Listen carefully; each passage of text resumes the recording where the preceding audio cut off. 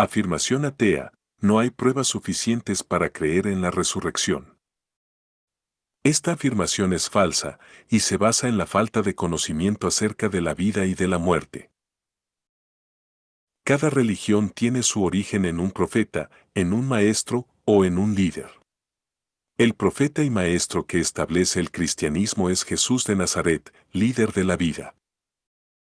El cristianismo reconoce a Jesucristo como el unigénito Hijo de Dios, así como al Mesías y Salvador prometido en el Antiguo Testamento. El Redentor del género humano que al morir en la cruz lleva a cabo la expiación de los pecados y al resucitar al tercer día, triunfa sobre la muerte. Una prueba fidedigna de la resurrección consiste en que todos los años el planeta entero celebra el nacimiento de Jesucristo Rey del universo el día 24 de diciembre. Del mismo modo, el planeta entero celebra todos los años durante la Semana Santa su pasión, muerte y resurrección. A todas luces nunca nadie a lo largo de la historia humana ha sabido lograr tan admirable proeza. Señal inequívoca de que Jesucristo, majestuoso Señor y soberano Rey del universo, al resucitar y triunfar sobre la muerte, vive y reina por los siglos de los siglos. Dios plantó el árbol del conocimiento del bien y del mal en el jardín de Edén. Esto significa que Dios, para regir el universo, como supremo juez y legislador, ha creado una perfecta legislación que define categóricamente la naturaleza del bien y del mal. Después Dios creó al hombre y lo puso en el jardín de Edén para que lo cultivara y lo cuidara. Y le dio este mandato: puedes comer de todos los árboles del jardín, pero del árbol del conocimiento del bien y del mal no deberás comer. El día que de él comas, ciertamente morirás. Pero Adán desobedeció al comer del fruto del árbol del conocimiento del bien y del mal, y cuando Dios lo juzgó, lo encontró culpable, y lo condenó a la muerte desterrándolo del jardín de Edén. Así fue como por un solo hombre el pecado entró en el mundo, y por medio del pecado entró la muerte. Y desde entonces reinó la muerte y pasó a toda la humanidad, porque todos pecaron.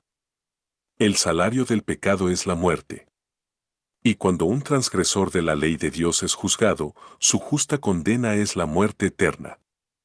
El ateo Alex O'Connor percibe este imperio de muerte como sufrimiento. Y en cierta medida tiene razón, pues el pecado es lo único que puede destruir la belleza, el orden y la armonía de la creación. De aquí se puede entender que el hombre está situado constantemente ante una disyuntiva entre dos senderos por los cuales caminar: la senda de la vida o la senda de la muerte. Básicamente, la tan anhelada virtud de la obediencia es la que determina en qué sendero caminamos. Si amas la ley de Dios y obedeces sus mandamientos, entonces caminas dichoso en el sendero que conduce a la vida. Pero si no has sabido encontrar tu alegría en la ley de Dios y te rebelas a sus mandatos y designios, entonces caminas cabizbajo en el sendero que conduce a la muerte. Por ejemplo, el adulterio es pecado. Si el adulterio es pecado, ¿por qué la pornografía no conoce límites al esparcirse por todo el planeta? ¿Por qué todos aquellos que sufren este fuego que no se apaga llamado pornografía, no proceden al arrepentimiento y al bautismo? La respuesta es simple. El imperio de la muerte es poderoso. El imperio de la muerte está en manos de Satanás, y es poderoso, lo cual se traduce en esclavitud. Cuando infringes la ley de Dios, la sentencia del justo juicio de Dios es la pena de muerte. Y al ser muchos los que andan en la senda de la muerte, por ser ancha y espaciosa, esto se traduce en sufrimiento, el cual es claramente visible a lo largo y ancho del planeta. Malos pensamientos, homicidios, adulterios, fornicaciones, hurtos, falsos testimonios, blasfemias, guerras, hambrunas, epidemias, pornografía, etc. Desdichado de mí. Soy un pobre miserable. ¿Quién me librará de esta carnal naturaleza pecaminosa que me somete a esta mortal esclavitud? ¿Quién me librará de esta mortífera concupiscencia? Esta es la suerte de aquellos que caminan en el sendero que conduce a la muerte. Entonces surge una pregunta. ¿Por qué el imperio de la muerte es tan poderoso? ¿Por qué la muerte parece invencible sin que haya alguien capaz de derrotarla? Ciertamente Adán perdió su inmortalidad al desobedecer. Y esto nos permite entender que la santificación es un largo camino que el hombre debe estar dispuesto a recorrer bajo la tutela del Espíritu Santo. Y como el salario del pecado es la muerte, podemos deducir que la recompensa de la santidad es la vida eterna. Dicho de otro modo, si el salario del pecado es la muerte, solo alguien plenamente santo es digno de vida eterna. Entonces solo alguien infalible puede derrotar al pecado. Pero ¿quién puede ser plenamente santo y ser digno de vida eterna? De aquí podemos entender que Dios también es admirable por su santidad. De tal manera que solo Dios puede llevar a cabo tal proeza.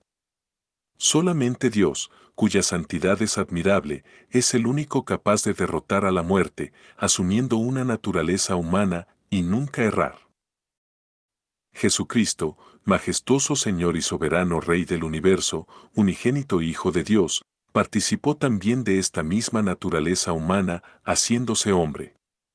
Y como Cristo nunca pecó, no tenía por qué morir. Dicho de otro modo, Cristo hubiese permanecido inmortal si no hubiese sido acusado de blasfemia y condenado a muerte. Pero sabemos que el Sanedrín, por medio de un juicio falso, lo condenó a muerte y lo entregó a las autoridades romanas para que lo crucificaran. Entonces la muerte cometió un error al condenar injustamente a un inocente. Solo así Cristo podía morir, para destruir por medio de la muerte al que tenía el imperio de la muerte, esto es, al diablo, y librar a todos los que por el temor de la muerte estaban durante toda la vida sujetos a servidumbre. ¿Qué podemos concluir? Cristo ha derrotado a la muerte. Oh muerte, ¿dónde está tu victoria? Oh muerte, ¿dónde está tu aguijón? La muerte juzgó a Jesucristo, majestuoso Señor y soberano Rey del universo, como reo de muerte, y lo condenó a una muerte de cruz. La muerte no podía retener al unigénito Hijo de Dios Jesucristo, por cuanto es plenamente santo, y como Dios es justo, lo resucitó. Entonces Jesucristo, majestuoso Señor y soberano Rey del universo, es la resurrección y la vida. Y todo aquel que crea en Él, aunque muerto esté, volverá a la vida. El bautismo simboliza nuestra unión con Cristo en su muerte. El bautismo simboliza también nuestra unión con Cristo en su resurrección. Por tanto, hemos sido sepultados con Cristo por medio del bautismo para muerte, a fin de que como Cristo resucitó de entre los muertos por la gloria del Padre, así también nosotros vivamos una vida nueva. Porque si hemos sido unidos a Cristo en la semejanza de su muerte, ciertamente lo seremos también en la semejanza de su resurrección. Un nuevo nacimiento surge de este paso de muerte a vida.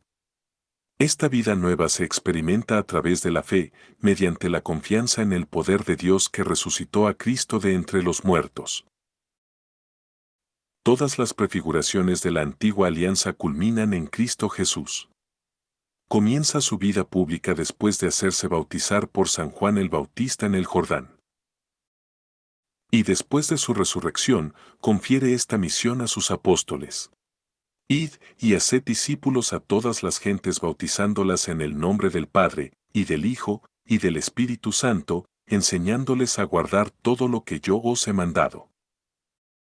El bautismo nos inicia en la verdadera adoración a la Trinidad Santísima, nuestro Dios que es Padre, Hijo y Espíritu Santo. Un solo Dios en tres personas, en el nombre del cual hemos sido bautizados.